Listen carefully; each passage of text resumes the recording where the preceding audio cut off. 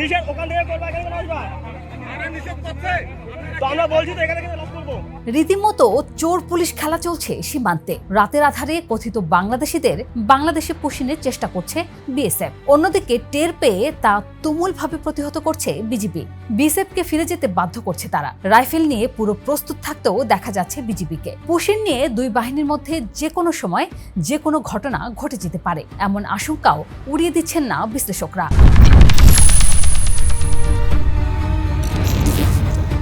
পশ্চিমবঙ্গে শুভেন্দু অধিকারীর ক্ষমতায় আসার পর প্রায় প্রতিদিনই গোটা সীমান্তেই ঘটছে এমন ঘটনা। 1 জুন বেনাপোল সাদিপুর সীমান্তে কাঁটাতারের বেড়া খুলে 10-12 জন নারী পুরুষ ও শিশুকে বাংলাদেশে পুষিনের চেষ্টা করে ভারতীয় সীমান্তরক্ষী বাহিনী বিএসএফ। বিজিবির কঠোর নিরাপত্তা ব্যবস্থার কারণে ওই চেষ্টা ব্যর্থ হয়। এই ঘটনায় সীমান্ত এলাকায় বিরাজ করছে তুমুল উত্তেজনা। এর আগে গত 22 মে লালমনিরহাটের পাটগ্রাম সীমান্তে শূন্য রেখার কাছে কোনো প্রকার পূর্ব ঘোষণা ছাড়াই কাঁটাতারে বেড়া নির্মাণের চেষ্টা করে বিএসএফ। এতে বিজিবি ও বিএসএফ এর মধ্যে তুমুল উত্তেজনা সৃষ্টি হয় এবং উভয় পক্ষ অস্ত্র নিয়ে মুখোমুখি অবস্থান নেয়। বিজিবির কঠোর অবস্থানের মুখে শেষ পর্যন্ত নির্মাণ কাজ বন্ধ করে ফিরে যেতে বাধ্য হয় বিএসএফ। কেন হঠাৎ এই পুশ ইন উৎসব? উত্তরটা খুঁজতে একটু পশ্চিমবঙ্গের ভেতরে ঢুকতে হবে। পশ্চিমবঙ্গে বিজেপি সরকার গঠনের পর মুখ্যমন্ত্রী শুভেন্দু অধিকারী সরাসরি ঘোষণা দিয়েছেন ডিটেক্ট, ডিলিট, ডিপোর্ট, অর্থাৎ খুঁজে বের করো, নাম মুছে দাও, তারপর তাড়াও। পুলিশকে নির্দেশ দেওয়া হয়েছে সন্দেহভাজন বাংলাদেশিদের আদালতে না পাঠিয়ে সরাসরি বিএসএফ এর হাতে তুলে দিতে। মানে বিচার নেই, শুনানি নেই, রাত হলেই ঠেলে দাও বর্ডারের ওপারে। আর এমন ঘোষণার পরেই সীমান্তে রীতিমতো নাটক চলছে। বীরভূমের 25 বছর বয়সী অন্তঃসত্ত্বা সোনালী খাতুনকে স্বামী ও সন্তান সহ বাংলাদেশে ঠেলে দেওয়া হয়। পরে প্রমাণ হয় তিনি ভারতীয় নাগরিক। ভারতের সুপ্রিম কোর্ট তাকে মানবিক কারণে ফেরত আনতে নির্দেশ দিয়েছেন। এই ঘটনাটাই বলে দেয় মুসলিম রীতিতে নাম যাদের তারাই মূল টার্গেট। অনেকেই বাংলাভাষী ভারতীয় নাগরিক যারা এই রাজনৈতিক জুজুর শিকার হচ্ছেন। বিশ্লেষকরা বলছেন এটা কোনোভাবেই ভদ্রলোকীয় আচরণ হতে পারে না। ভোটের রাজনীতি সীমান্তকে রীতিমতো হুমকিতে ফেলে দিয়েছে। ভারতে আসলে কত বাংলাদেশি? সত্যিটা কি? ভারতে কি সত্যিই বাংলাদেশিরা অবৈধভাবে আছেন? উত্তর হ্যাঁ, আছেন, কিন্তু কতজন সেটা কেউই নিশ্চিত করে বলতে পারে না। সীমান্তে কিছু বাংলাদেশি ওপারে যান দূরত্ব বিবেচনায় কিংবা ওপারে আত্মীয় থাকায়। ভারতীয় রাজনীতিবিদরা 1,20,00,000 থেকে 2 কোটির কথা বলেন, কিন্তু গবেষণা বলছে এই সংখ্যা অনেকটাই অতিরঞ্জিত।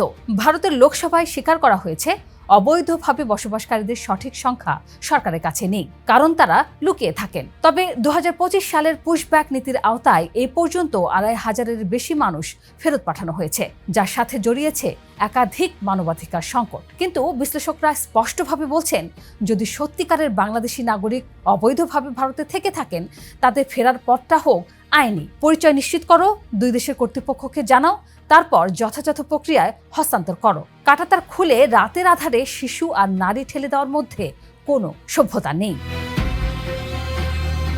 আর ঠিক এই জায়গাতেই বিজিবি স্পষ্ট বার্তা দিয়ে যাচ্ছে, এভাবে পুশিং করা যাবে না। ব্রাহ্মণবাড়িয়ার বিজয়নগর সীমান্তে এক রাতে 750 জনকে পুশিনের চেষ্টা করা হয়। বিজিবির commanding officer lieutenant colonel Jabbar Ahmed জানান, গোয়েন্দা তথ্যের ভিত্তিতে আগেই প্রস্তুত ছিল বাহিনী।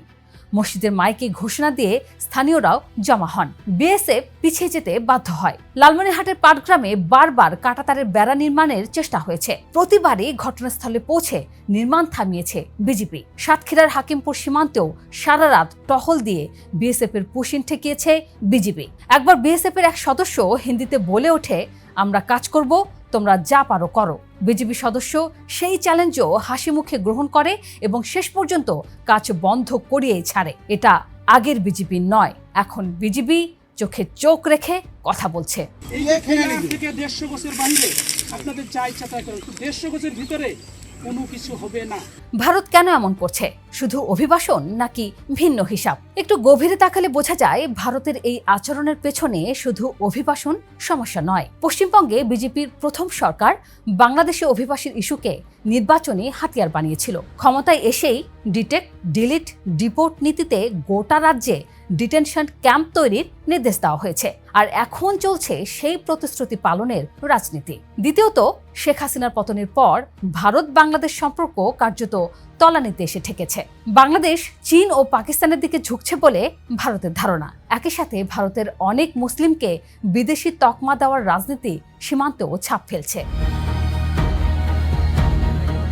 ইউরোপ থেকে আমেরিকা সব দেশেই অবৈধ অভিবাসন একটা বাস্তবতা, কিন্তু পার্থক্য হলো পদ্ধতিতে। জাতিসংঘের বিশেষজ্ঞরা বলছেন, কোনো ব্যক্তিকে আইনি নিশ্চয়তা ছাড়া আটক বা বহিষ্কার করা হলে সেটা স্বেচ্ছাচারে আটক বলে বিবেচিত হবে। শরণার্থী কনভেনশনের ৩২ অনুচ্ছেদ স্পষ্টভাবে বলছে, কোনো ব্যক্তিকে বহিষ্কার করতে হলে যথাযথ আইনি প্রক্রিয়া অনুসরণ করতে হবে। গণহারে জোর করে বহিষ্কার আন্তর্জাতিক আইনের সরাসরি লঙ্ঘন। ইউরোপে অনুপ্রবেশকারীদের প্রথমে ডিটেনশন সেন্টারে রাখা হয়, পরিচয় যাচাই করা হয়, আদালতের সুযোগ দেওয়া হয়, তারপর সিদ্ধান্ত হয়। ভারতের বর্তমান পদ্ধতি এই মানদণ্ডের ধারে কাছেও নেই। তো বাংলাদেশ এখন কি করবে? জুনে দিল্লিতে বিজেপি বিএসএফ এর ডিজি পর্যায়ের বৈঠক নির্ধারিত আছে। এই বৈঠককে কাজে লাগাতে হবে। পুশিনের প্রতিটি ঘটনা নথিভুক্ত করে ভারতের সামনে রাখতে হবে। শুধু কূটনৈতিক প্রতিবাদের মধ্যে থাকলে চলবে না, আন্তর্জাতিক মঞ্চেও এই অবৈধ পদ্ধতির বিরুদ্ধে সরব হতে হবে। বিশ্লেষকরা বলছেন, সীমান্ত ব্যবস্থাপনা শুধু দুই বাহিনীর হাতে রাখলে চলবে না, দুই দেশের সরকার পর্যায়ে সমন্বিত সমাধান দরকার। যদি সত্যিই বাংলাদেশি নাগরিকরা অবৈধভাবে ভারতে থেকে থাকেন, তাদের ফেরত নেওয়ার একটা আইনি কাঠামো তৈরিতে বাংলাদেশও এগিয়ে আসতে পারে, কিন্তু সেটা হতে হবে পারস্পরিক সম্মানের ভিত্তিতে। শিশু ও নারীকে রাতের আধারে ঠেলে দেওয়ার বিনিময়ে নয়। সীমান্ত দিন দিন উত্তপ্ত হচ্ছে। বিজিবি সাহসের সাথে দাঁড়িয়ে আছে, তাতে সন্দেহ নেই, কিন্তু শুধু বন্দুকের নল দিয়ে কূটনৈতিক সংকট মেটে না। এখন দরকার বুদ্ধির লড়াই, মাঠেও টেবিলেও। আর তারেক রহমানের সরকারকে সেই প্রস্তুতিটা নিতে হবে জোরালোভাবেই।